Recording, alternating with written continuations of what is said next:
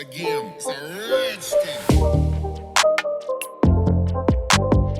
Sanam Chaudhry and Somee Chohan got married last year in 2019. The wedding ceremony was held in the United States, and Pakistani celebrities were not invited to the ceremony.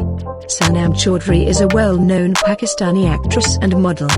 Her acting is very popular in Pakistani dramas, while her husband Somee Chohan is a famous USA-based singer. After marriage, Sanam Chaudhry has taken a break from the Pakistani showbiz industry. She is living in the United States and is spending full time with her family. Sanam Chaudhry drama Gartitli Kapar with actress Aiman Khan is at the forefront of her success, while she has also acted in many Pakistani films.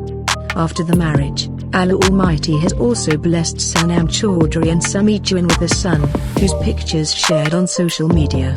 Sanam and Somee have named their newborn son Chaudhry Chohan. So let's take a look at the pictures of Sanam Chaudhry and Somee Chohan's newborn baby.